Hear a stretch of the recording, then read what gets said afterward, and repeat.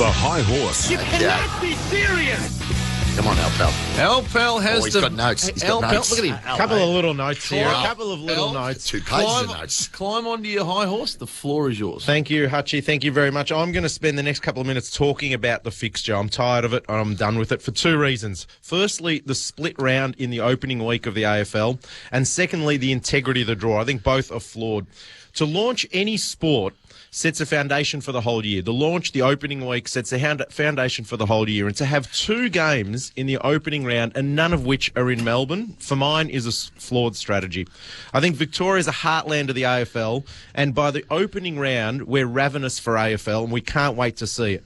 I get that we don't get the grounds. I get that they can't get the MCG and potentially can't get Etihad, but why not push the NAB Cup back 1 week and go straight into AFL season proper in Melbourne? No one cares about the NAB Cup. It's a revenue raiser for the AFL, but nonetheless, we would rather open football and open the first round of footy in AFL in Melbourne.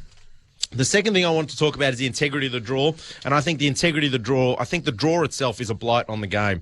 We need clarity and we need transparency because they are the cornerstones to the draw. The AFL bang on about integrity. They bang on about drugs, which is clearly very important. They bang on about betting and they bang on about corruption in order to try and maintain the integrity of the AFL. But what about the integrity of the draw? From an equalisation point of view, the Doggies, Melbourne and Port Adelaide do not play a Friday night game, and that is a money generator for every club. They do not play a game on Friday night. There's no real logic to the draw whatsoever. Teams are clearly advantaged or disadvantaged by the draw, and that determines whether they play football in September or they go on season trips. In 2012, the Kangaroos and Adelaide both played the Suns and GWS twice, and they played finals.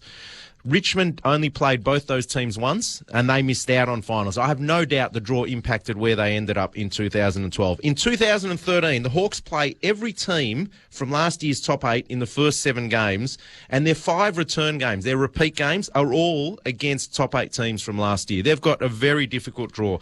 The Hawks played Geelong in round 1 and in round 15, and at that stage, they haven't played Port Adelaide, the Doggies, Essendon or Richmond. Essendon and North don't play until round 21, and by then Essendon has played GWS twice, they've played Collingwood twice, they've played West Coast twice, 6 weeks apart in round 14 and in round 20. So I could go on with that, but I just think it needs to be acknowledged by the AFL. Don't ignore it like you ignored tanking. Tanking you ignored for years and it blew up in your face. Don't ignore the integrity issues with the draw.